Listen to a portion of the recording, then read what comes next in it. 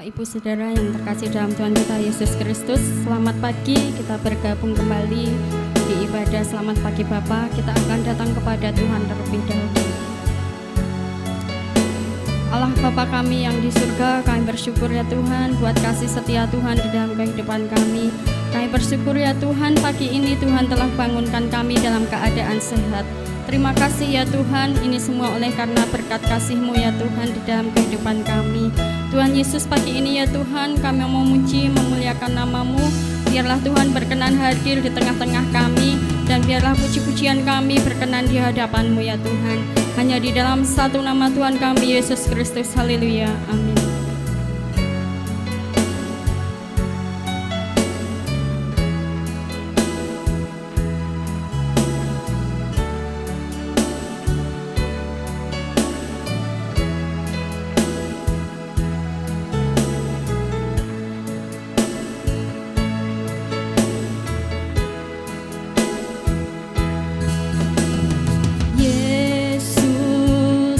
Kau telah memulai segala yang baik dalamku. Engkau menjadikanku serupa gambaran-Mu dan berharga di mata-Mu.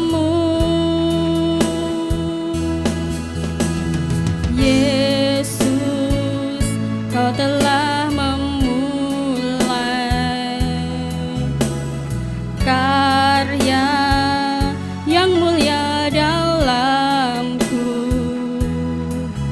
Kau berikan hidup-Mu sebagai ganti dosaku, karena kasih-Mu padaku. Sekarang ku memuji-Mu, Allah yang setia, yang tak pernah meninggalkan perbuatan tangan-Mu. Sekarang ku menyembah-Mu, Allah yang mulia, sempurnakan segenap hidupku agar indah bagi-Mu.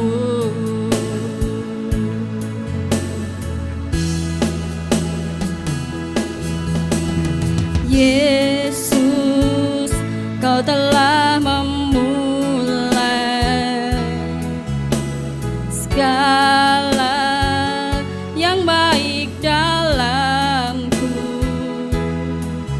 Engkau menjadikanku serupa gambaran-Mu dan berharga di mata-Mu.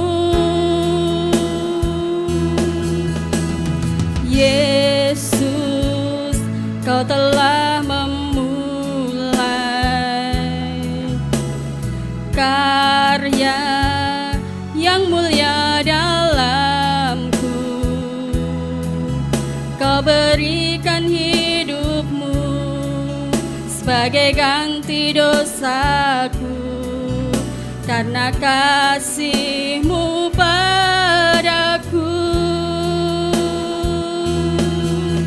Sekarang ku memuji-Mu, Allah yang setia, yang tak pernah meninggalkan perbuatan tangan-Mu. Sekarang ku menyembah-Mu, Allah yang mulia, sempurnakan segenap hidupku agar indah bagi-Mu. Sekarang ku memuji-Mu, Allah yang setia, yang tak pernah meninggalkan perbuatan tangan-Mu.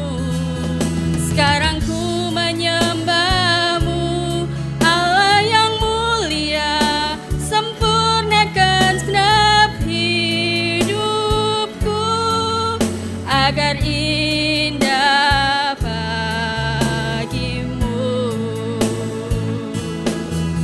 Sekarang ku memujimu, Allah yang setia, yang tak pernah meninggalkan perbuatan tanganmu.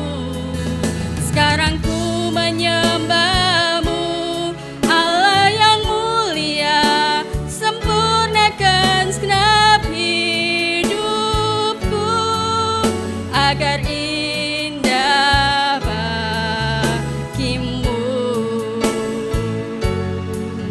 agar indah bagimu,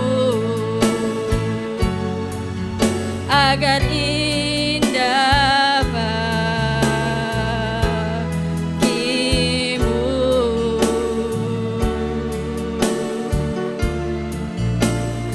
Haleluya.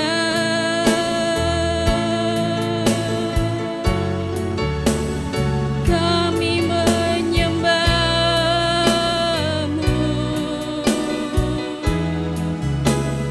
Yesus.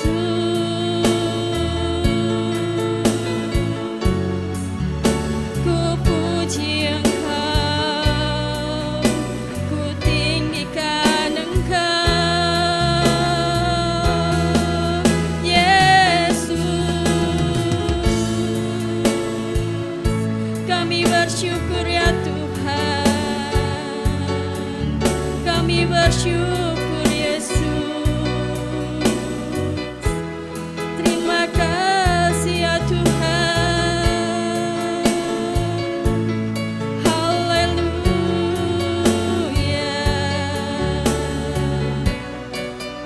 Haleluya.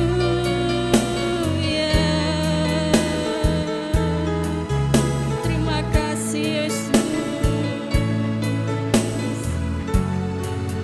Terima kasih ya Tuhan buat karya-karya yang indah di dalam kehidupan kami. Terima kasih ya Tuhan Yesus. Terima kasih ya Tuhan buat kasih-Mu ya Tuhan.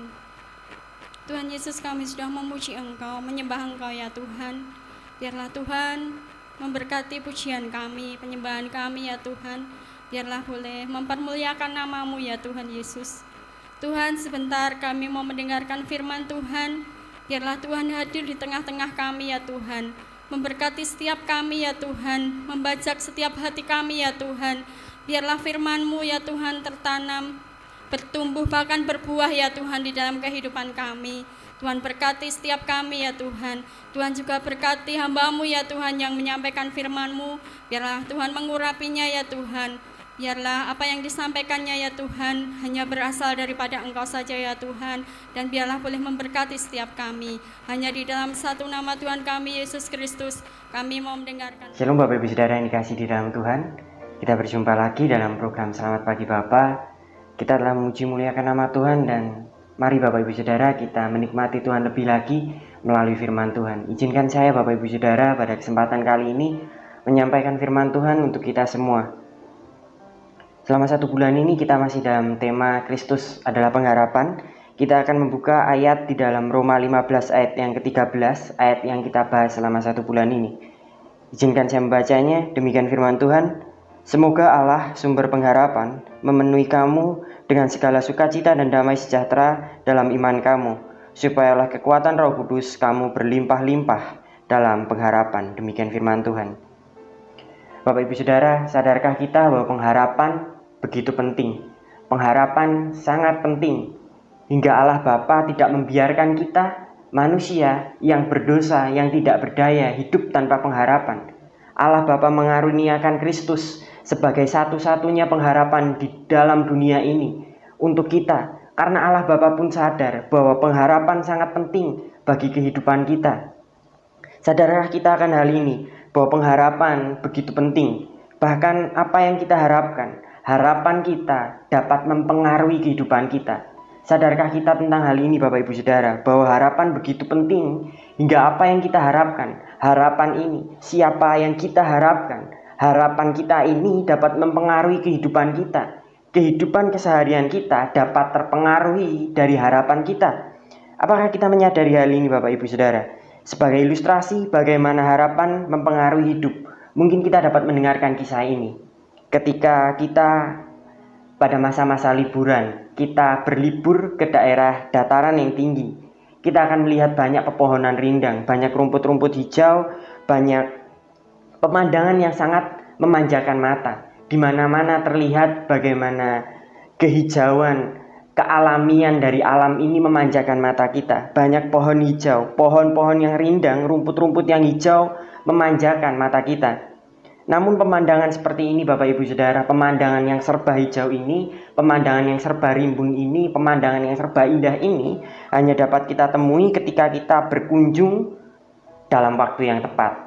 Ketika kita mengunjungi dataran tinggi, sekalipun dataran tinggi adalah dataran yang cukup sejuk, cukup nyaman bagi tumbuh-tumbuhan bertumbuh, namun pemandangan khusus ini di mana semuanya hijau, semuanya rimbun, semuanya indah, hanya dapat kita ketemui saat kita berkunjung dalam waktu yang tepat.